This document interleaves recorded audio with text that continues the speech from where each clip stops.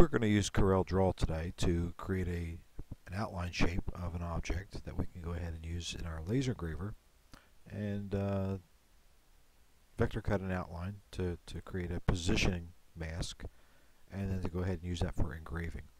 We're going to start though with our Corel Draw, and we'll need to use the scanner that's connected to your desktop station. Scanners that we use in this classroom are what are called Twain scanners.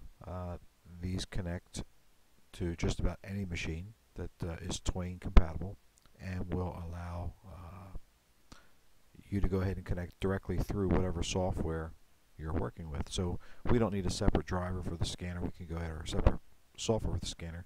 We can do it right through Corel. To get to the scanner, you're going to make sure it's on. Make sure your object is in place. You're going to go to the File menu, and in Corel the command you're going to use is Acquire Image. The first option sets up the scanner. That's already been done for you, so you just need to go down to where it says Acquire. Interestingly enough, it says Acquire using Twain. Twain is an acronym for technology with an interesting name. And your other previous job may be there already, but when we hit the preview button, we're automatically going to launch the scanner and bring up the object that you want to scan. Okay, and this object that we're going to be engraving today, it happens to be a round object with a center hole that's cut out. Whether you're using a dog tag or an irregular shape for maybe a jewelry box, it doesn't matter as long as you have good contrast between your object and the background. Now, if the object happens to be white and you have a white background, you're probably going to want to put a small piece of black paper in the background over top, and that way you have that contrast. So we're going to do this right in simple mode right here, which is going to allow us to just very easily grab a great contrast. We're going to tell it that we have a black and white object. We want to have something that's going to be nice and contrasty. Okay, and you can see right away that's probably not going to be too good. So let's go ahead and change this then to a grayscale object. And that's pretty good right there. Okay, so at this point we can go ahead and tell it to scan.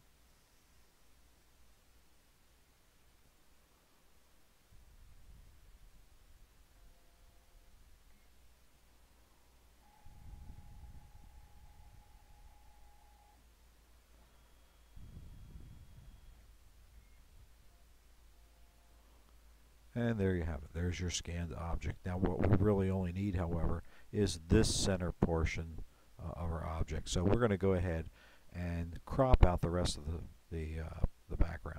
So our cropping tool is right here. To use the crop tool, remember you're just going to take and draw with your cropping L's right over the top. Double click in the middle. And the last thing you'll need to do before you do anything else is to make sure you go back and grab your pick tool, because if you do try to move something around here, you're actually using the crop tool still. So once you crop, you need to exit.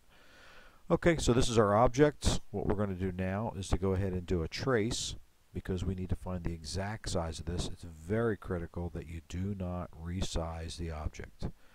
So whatever you do, make sure you're moving it. Do not resize it. Okay. The object is a bitmap image, so we can very easily go right up to where it says trace and tell it to trace the bitmap, and we want to do an outline trace and just do it as line art. We don't want any details. We just need to know the exact outside and inside profiles. There is the object. You can see by the timeline started down at the bottom that it is tracing. The object is done. What I'm going to do, I'll bring this back on the screen, is I could probably go from here and maybe take it up to it is an outline trace. I'm going to set it for line art, and we'll see if that gets any better. And I may go down to my colors, and I'm just going to try to delete some colors. I'll select this one and we'll go ahead and delete it. I'll select this one. We'll go ahead and delete it. And this one, and delete it. Okay, and I can probably delete the very dark one. And that'll more or less give me the shape that I need from here. Okay, it probably not the best. If I don't like this, I can just go ahead and hit cancel. And back to trace, outline trace, line art.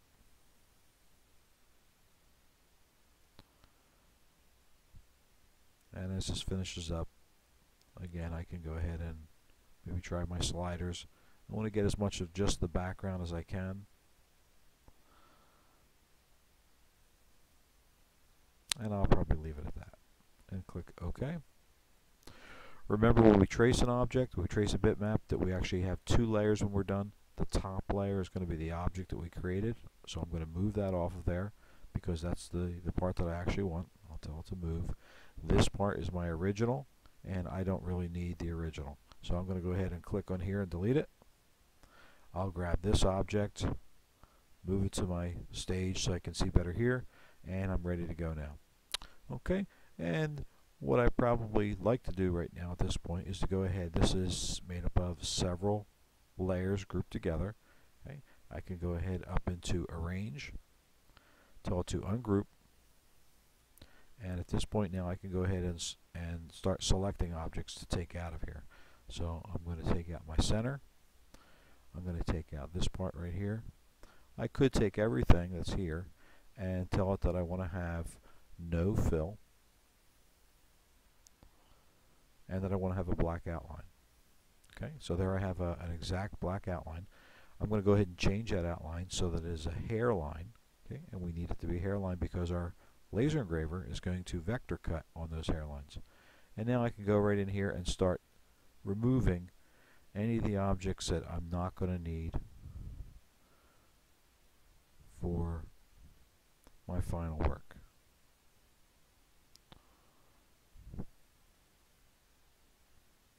I don't want to take out too much. If I, for instance, take out that much, okay, I'm in trouble. I don't know where my inside ring is.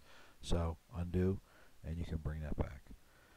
Okay, and again, this is a grouped object, so I can't move things around willy-nilly. I need to make sure that I am only removing what I need to get rid of. Okay, that's going to be too much right there.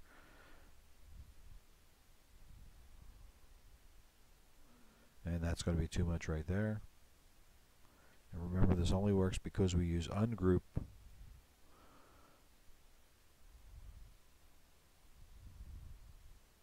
to get rid of that extra stuff. Okay, well, if I'm going to wrap my text around here rather than use these lines, I'm going to go ahead and grab my circle tool. Using the control key, I get a perfect circle. I'm going to go ahead and place this on my object. I'm going to go ahead and grab my text, set the font that I need to have here. Okay, there's our little delay. I'm going to go ahead and type the text.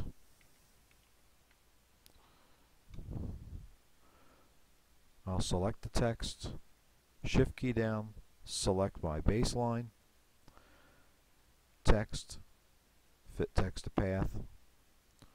When I'm done, I need to remove that baseline, so I'll click once. That selects the text and the baseline. Click a second time, now it's just the baseline, and we'll use the delete key to get rid of that baseline. Okay, this file is ready now to go to the laser engraver. When I use the engraver, I'm going to vector cut the outside shape. That's going to allow me to know where to place my object in the laser engraver, and then I'll raster cut this design on the shape. Okay, that's it for today, and good luck with your project.